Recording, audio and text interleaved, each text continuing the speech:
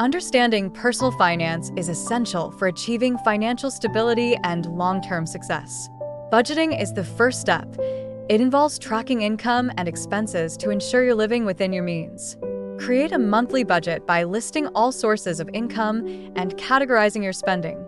This provides clarity on where your money goes and highlights areas for potential savings. Saving is equally important as it builds a financial cushion for emergencies and future goals.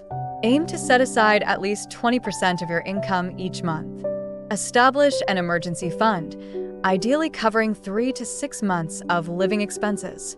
High-yield savings accounts can be beneficial for growing your savings more effectively.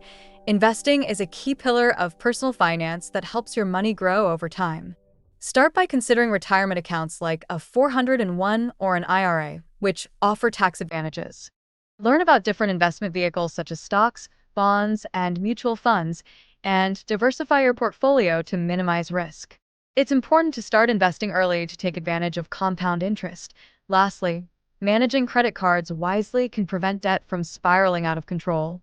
Always try to pay your balance in full each month to avoid interest charges.